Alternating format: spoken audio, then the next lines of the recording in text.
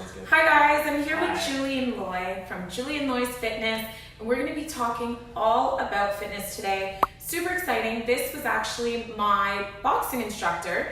We did half boxing, half weightlifting. It was amazing. So I wanted to give you guys an opportunity to take a closer look into his business. So let's begin.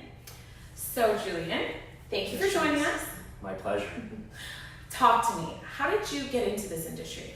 I got into fitness in high school because growing up I was never really the athletic guy. I was never really the person that was confident in my body. I wasn't a sport guy, but I always wanted to be a martial artist. And so I trained, but I was never exceptional at it, and that affected my self-confidence and everything like that. And I didn't even know what I wanted to do for my career, like a lot of high school students. Because gym had always been based on sports, and I wasn't good at sports because I was overweight. Until grade 11, I got the option to join personal fitness with weightlifting. Obviously, they teach you about nutrition and all that stuff. And I started losing weight in class, and I took a genuine interest in it. And I realized that by losing weight and getting into good shape, it allowed me to become more athletic and do all the things I always wanted to do, like kickboxing, boxing, and everything like that. And I just became obsessed with the topic. I was reading nutrition books. I was the top of my class when it came to exercise science and biology in high school. And I ended up applying to university and getting in for kinesiology and health science. And while I was in university, I started working part-time at Good Life Fitness as a personal trainer. And that's how my career started. So did my mom. My mom worked at Good Life as well. Not out of high school or anything like that, but she worked at Good Life. Yeah. That's cool. The only thing is about at the commercial gym is that it actually is more about sales than it is about the actual training of it. And I don't believe in pushing people into things that they don't financially feel comfortable with. So that's why I eventually had to break free from the gym and allow people a more liberal, trial-like option when it comes to personal one-on-one training. I can definitely identify with that, because not to knock any gym or anyone out there who has a gym, but my mom loved personal training. And I will say that is the exact same reason she left. Yeah. She was like, I'm not here to sell. I'm here to be with my clients, get them results, better their lives. I'm not here to be like, what package can I get you on?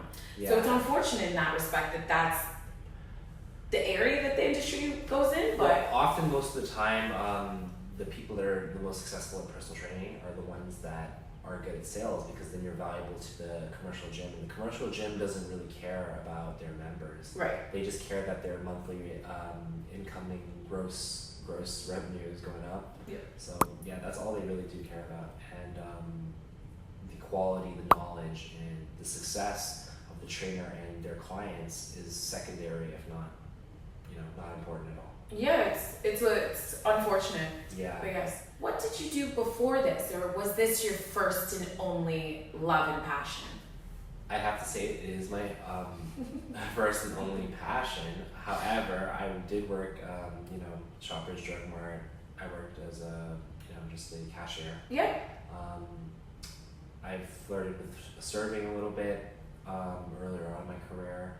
I've tried different things, but I do like one-on-one. I like dealing with people, and I like serving purpose. I like to know that my career is bettering someone's life directly, or at least indirectly. That's why I try to have a good social media presence on Facebook, Instagram, and that people know who I am before they come here and what kind of person they're going to be dealing with. Because a lot of personal trainers love to show off their own body, they love to show off their own exercise online, and not as much of their personality, what their beliefs are, and their methodologies. You just know that, hey, here's this very fit person, here's the exercises they do, but you don't know much about them. Yeah. So that's why I try to put a lot of emphasis on the personality component. So the kind of careers that always appeal to me are careers that I can work with people, speaking to them directly, rather than a passive job. Yeah.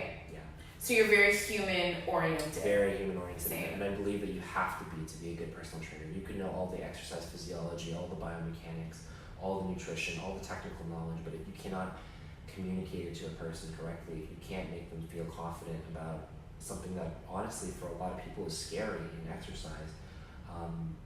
You're taking them from their out of their comfort zone.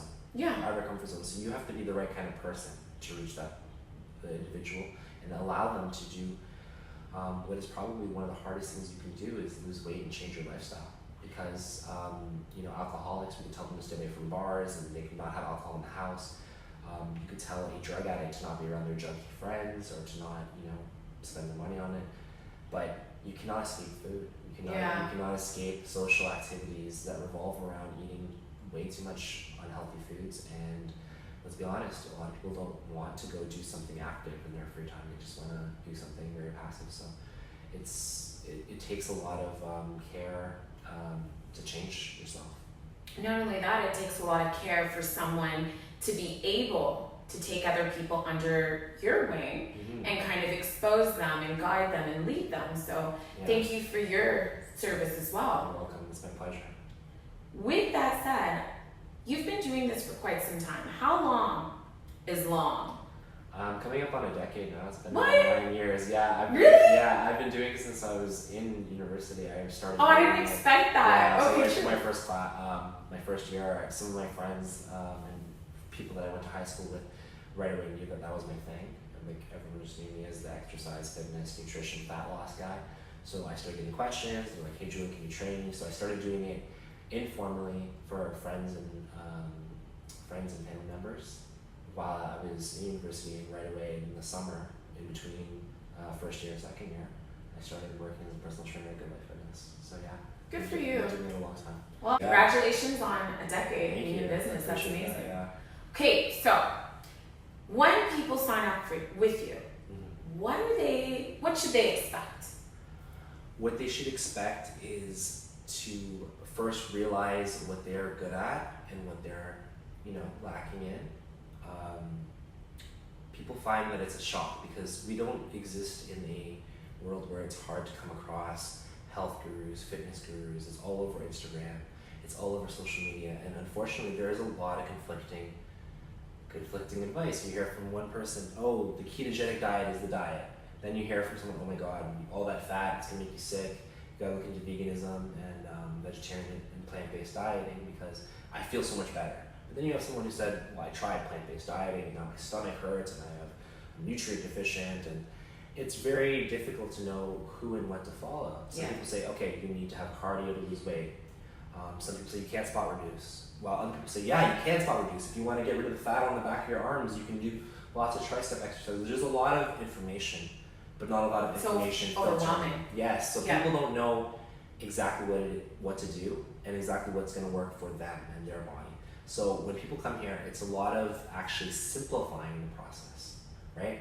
I help to shoot down what your preconceived nutrition knowledge that may be incorrect. I help you find out what kind of exercise is going to best fit you, right? Because what's optimal is actually something that you can be consistent with. I see a lot of trainers pushing either ineffective, unsafe, or just exercise that their clients really don't like and can't get into. So I do a lot of modifying, and through the process, people get to realize, oh man, my hip doesn't move well that way. All my shoulders are tight because we live sedentary. A lot of us live sedentary lifestyles where we just wake up, walk to our car, drive to work, sit for 8 hours, and we don't do a whole lot of moving. We don't do a lot of putting our body into what we consider bending and twisting, and we have very inactive jobs. So what people realize is, oh my God, this is so bad. I should be able to move with this. I shouldn't. And I told them, don't worry. How would you be able to if you don't train properly, right? And I don't see enough emphasis in the fitness world on functional movement. And by functional movement, I don't mean a Swiss ball or something unstable. I mean everyday things like picking up grocery bags, sitting down and standing up to a rock on the floor if you go hiking. Yeah. Or single leg stands, being able to climb something. These are all things that we should be able to do and can do with just a little bit of training. But so people, it's a big learning process. It's almost like a school. It's learning how to manipulate your body, how your body responds to a weekend of poor eating, how your body responds to cardio a couple times a week, how much better you may feel, how much less anxiety you might feel, de-stress, a little stronger, everyday tasks become simple. Yeah. Yeah, it really is a way to grow as an individual without having to go back to school. That if, let's say, you're waiting for that next promotion to work, but it's a couple years ahead and maybe not too promising, personal training is something that you can start making visible and numerical changes every time you come. Yeah.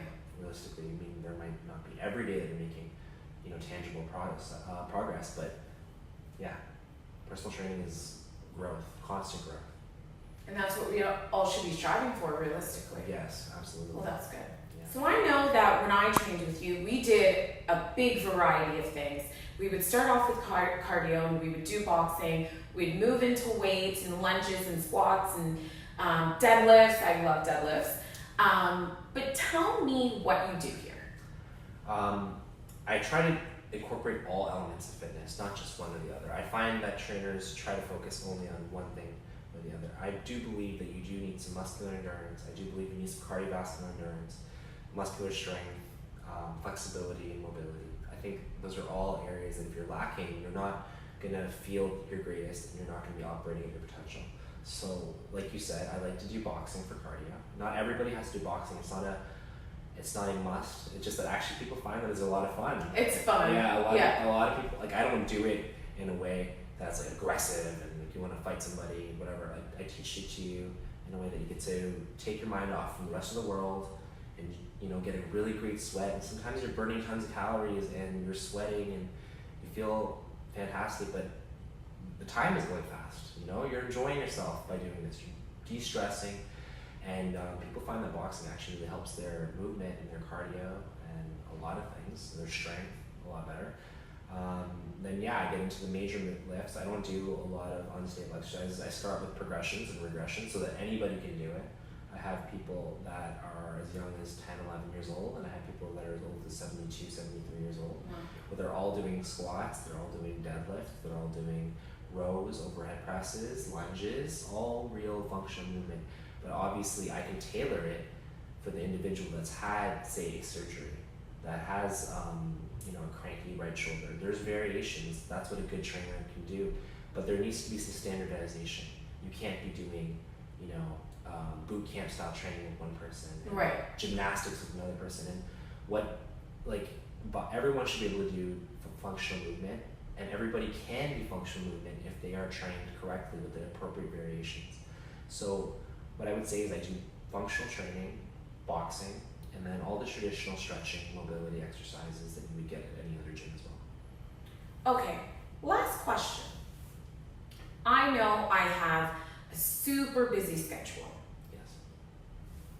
When can I call you up and be like, listen, can I get a spot? Do you work mostly mornings, afternoons, nights? I work in a very large window right now as I'm the only trainer for my little business here. But I take clients on as early as 7 a.m. and I work as late as 9:30 at night. Wow. Monday through Thursday. On Friday, I work until about 6:37.